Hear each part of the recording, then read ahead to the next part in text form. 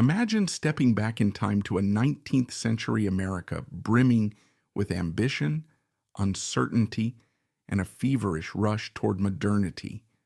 Railroads crisscrossed the land, uniting distant states and swelling the promise of opportunity.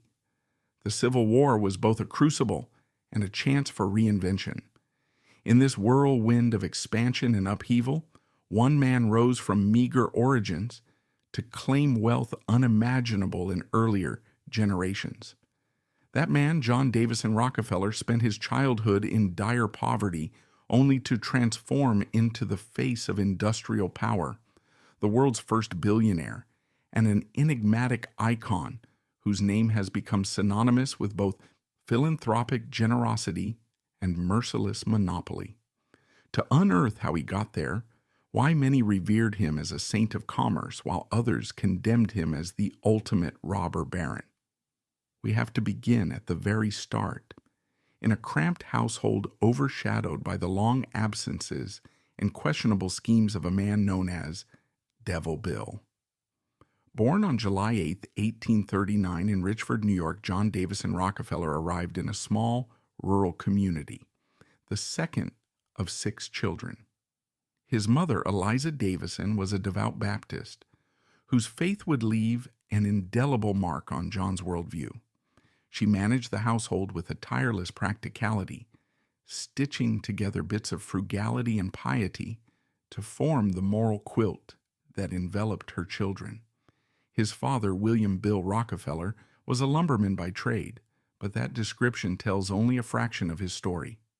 Bill was notorious, a man with a knack for swindling customers and peddling dubious cures under the alias Dr. William Livingston. If this paints a picture of a restless soul with questionable ethics, you wouldn't be far off. Bill's itinerant lifestyle forced the family to move time and time again, eventually settling in Cleveland, Ohio by 1853. For a teenage John, that meant uprooting friendships, routines, and any sense of stability. He learned early on that he had to adapt, cling to discipline, and develop an iron will if he hoped to find success in a world that, for all its promise, offered little security. At 16, Rockefeller began his professional life as a bookkeeper for Hewitt and Tuttle, earning the decidedly modest wage of 50 cents per day. Yet from the very start, there was something different about him. He kept meticulous records, tracked every penny, and developed a mindset that seemed magnetically attracted to order and clarity. Perhaps this was his rebellion against the chaos of his father's deceptions, or perhaps it was just an inborn quality of his methodical mind. Whatever the impetus, he saved diligently, barely spending on himself, content to store away money that might later become the foundation of something grander. By the age of 20, together with a partner named Maurice B. Clark, he co-founded a produce commission firm. This was 1859, a pivotal year in American history, as the looming Civil War would soon upend nearly every facet of life and commerce. Yet for Rockefeller, the conflict brought windfalls. The war ramped up the demand for commodities like food and other essentials, making his fledgling enterprise notably profitable. But the real turning point came in 1863, when he ventured beyond produce into the oil refining business in Cleveland, an industry still in its infancy. Oil was suddenly the black gold bonanza that spurred fortunes. Young, focused, and unrelentingly ambitious, Rockefeller recognized immediately that oil wasn't just a resource, it was a key to unlocking America's industrial potential. In 1870, that key took the shape of Standard Oil, a company Rockefeller founded alongside his brother William, Henry Flagler, and others. American industry was in overdrive after the Civil War. Railroads expanded across the land, steel mills belched smoke, and the roaring thirst for energy made petroleum all important. Rockefeller, with his almost frighteningly precise approach, leveraged everything he had learned as a bookkeeper: budgets, efficiency, negotiating tactics. He brokered secret deals with railroads, extracting favorable rebates that allowed him to undercut his competitors. One can only imagine those high-stakes meetings in plush railroad offices or dimly lit back rooms where polite handshakes masked the ferocious power plays going on behind closed doors. By 1880, Standard Oil controlled an astounding 90% of the United States oil refining capacity. If that number sounds unimaginable, it was, even in an era that openly admired the mythic self-made man. Rockefeller's success soared at rocket speed, and his fortune followed, soon becoming the stuff of legend. Yet despite the glint of gold in his eyes, Rockefeller was also a family man, or so he wished to see himself. He married Laura Celestia Seti Spellman in 1864, a schoolteacher whose own piety and moral conviction resonated with John's Baptist upbringing. Together they had 5 children: Elizabeth, Alice, who died in infancy, Alta, Edith, and John D. Rockefeller Jr. Imagine the family gatherings in their Cleveland home, or the later, more luxurious residences. Children running through impeccably maintained halls, the father quietly observing their growth and progress. Rockefeller was, in many ways, conservative in his personal life. He wore plain suits, avoided ostentatious displays of wealth, and maintained a level of discipline that stood in stark contrast to his father's flamboyant lifestyle. It was as if he was determined to set the family name on a completely different moral course than the crooked path Bill Rockefeller had traveled. By 1913, Rockefeller's fortune had ballooned to an incredible $900 million, equivalent to about $25 billion in modern terms, securing him a place among the world's elite like no one before him. The figure that started with a meager 50 cents a day had, through relentless drive, built an empire so sprawling it triggered anxiety across the American public. By 1897, he had stepped away from the day-to-day operations of Standard Oil, officially retiring to focus his energies on philanthropy. It was more than just an afterthought. Rockefeller was genuinely committed to giving back to society, albeit on his own terms. He established the Rockefeller Foundation in 1913 and poured the greater part of his wealth, over $530 million, into education, medicine, and public health projects. Universities benefited. The University of Chicago was essentially a Rockefeller product. Medical research advanced rapidly via the Rockefeller Institute, and public health campaigns blossomed. He believed wholeheartedly that his philanthropy would be his greatest legacy. Yet from another angle, it was also a convenient way to launder a reputation that many believed to be irreparably tarnished by predatory tactics and unscrupulous deals.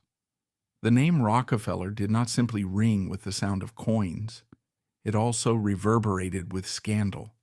A central figure of the Gilded Age robber barons, John D. Rockefeller earned the moniker by employing methods that, while sometimes legal in that less regulated era, often danced on a razor's edge of ethics.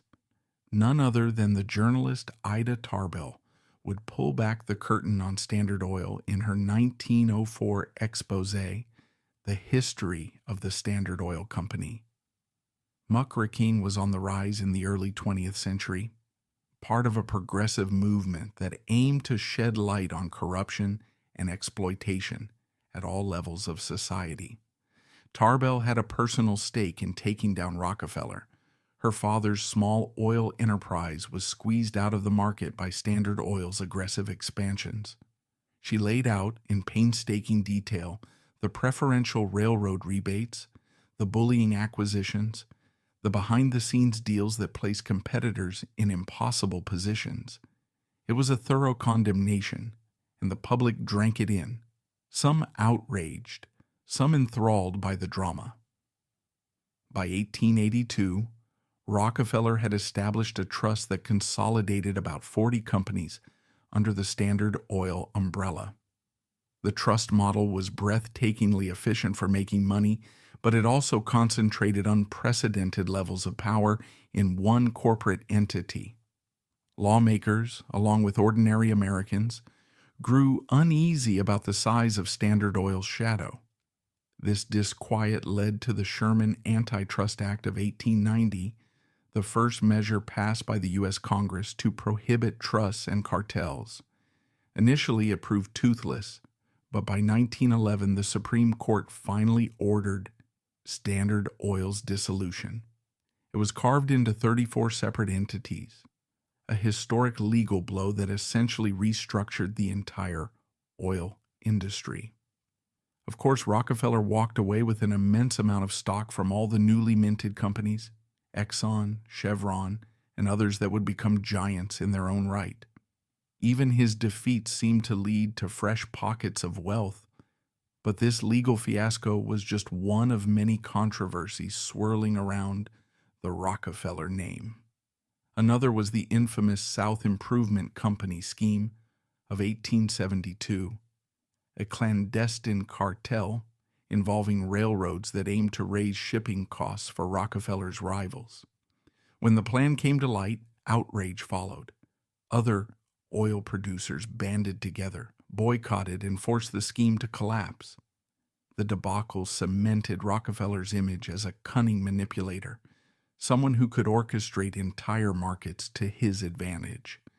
Meanwhile, the cartoonists of the era had a field day, portraying him as an octopus with tentacles wrapped around the throats of smaller companies, or as a corpulent figure with money bags bulging out of his pockets. In the eyes of many Americans, he personified corporate greed and irony, given his personal frugality and preference for anonymity and reserve. Beyond the boardroom battles and sensational headlines, Rockefeller's personal life carried its own brand of melancholy. No matter how many millions or billions he accrued, he could not buy freedom from heartbreak. One of the deepest wounds had been inflicted in his youth, his father's abandonment. Bill Rockefeller, always on the move, finally left for Canada around 1855, chasing schemes and perhaps a second life. It was a betrayal that left Eliza to single-handedly raise the children in poverty. Though John rarely spoke of his father publicly, the sting of that desertion lingered. He navigated life with a stoic bearing, but deep down, one suspects that the moral outrage he felt at his father's duplicity fueled both his obsession with order and his own difficulties in reconciling philanthropic impulses with ruthless business practices. As the years passed, tragedy reared its head again. His granddaughter Bessie Rockefeller, whom he adored, died in 1906 at the age of 37 due to pneumonia. The loss was devastating, especially for a man so used to controlling the world around him. Money could save entire industries, build universities from the ground up, but it could not protect a beloved granddaughter from the cruelties of disease. That same year, his father died, unrepentant. For decades, father and son had been estranged, rarely crossing paths. It was a sad and inglorious end to a relationship that had never truly been right. Meanwhile, in 1901, John's brother Frank died in a carriage accident. A bitter blow, even though their relationship had frayed beyond repair after Frank sided with competitors and later blamed John for his own misfortunes. Each of these tragedies chipped away at Rockefeller's sense of control, reminding him that no empire, no matter how grand, could shield its creator from life's most painful blows. Then came an event that would define Rockefeller's legacy in a disturbingly public fashion: the Ludlow Massacre of 1914. Although John D. Rockefeller Sr. was no longer in direct control of many of his businesses, his son John D. Rockefeller Jr. was heavily involved in running Colorado Fuel and Iron Company, CF&I. Miners, outraged by poor working conditions and low pay, went on strike, setting up a tent colony near the mine. Tensions escalated, and the National Guard, backed by the company, attacked the camp, resulting in the deaths of 21 people, including women and children. Fires broke out, and the tragedy stained the Rockefeller name in a way that no philanthropic donation could fully wash clean. John Sr., called to testify before Congress, insisted he had been largely in the dark about the specifics of how the conflict was handled. It was a line few believed, and a moral shadow was cast across the enormous philanthropic endeavors he had undertaken. For those on the outside, it was evidence that the enormous wealth the Rockefellers wielded could crush dissent as easily as it built institutions. By the 1930s, John D. Rockefeller was entering the twilight years of his long life. He had always been robust, standing around 5 feet 11 inches and weighing about 180 pounds in his prime. But age spared no one. Alopecia had claimed his hair by his 50s, prompting him to wear wigs in public. Rumors about his appearance circulated, adding a somewhat ghoulish layer to the mystique already surrounding him. By the mid-1930s, his health began to decline more seriously, and arteriosclerosis took a hold of his body. He relocated regularly between his grand estates and winter homes, seeking milder climates, more comfortable weather, and a quieter life away from prying eyes. On May 22, 1937, in his Ormond Beach home, the Casements in Florida, Rockefeller felt especially weak. Nurses and attendants flitted in and out of the room. He ate a modest supper, some soup and crackers, a meager meal for a man once the richest in the world. That night, he slipped into a coma, murmuring faint words to his nurse, Florence Briggs. The words, so unremarkable yet so telling of human fragility, were said to be, "I think I'll rest now." In the early morning hours of May 23, 1937, at 4:05 a.m., John Davison Rockefeller died at age 97. No family members stood by him in those final moments. John D. Rockefeller Jr. and other relatives were in New York, perhaps unaware of just how close to the brink he was. The funeral took place on May 27th at Riverside Church in Manhattan. Around 1,500 attendees, among them luminaries like Henry Ford and J.P. Morgan Jr., filled the pews. It was a somber affair, a collision of grief and reflection on the man's extraordinary influence. After the public ceremony, a private service was held at his Tarrytown estate, Pocantico Hills, before he was buried in Lakeview Cemetery in Cleveland, near his wife Settie, who had passed away in 1915. His burial site, marked by a simple obelisk, seemed starkly modest given the vast wealth he had accumulated.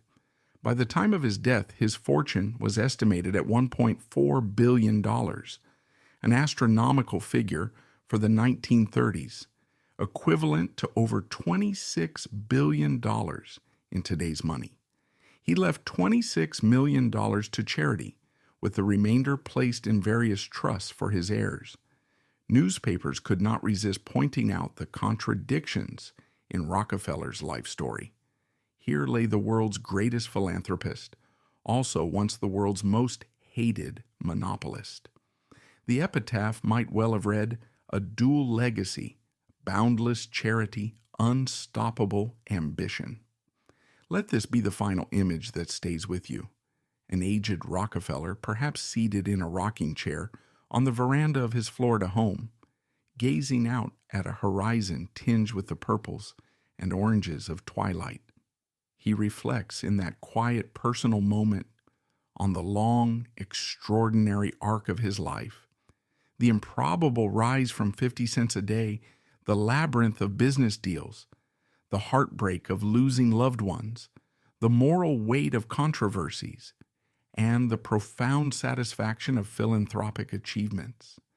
Somewhere out there, in the swirl of memory and imagination, are the ghosts of the father he never truly knew, the reporters who hounded him, the workers who cursed his name, and the beneficiaries who praised it.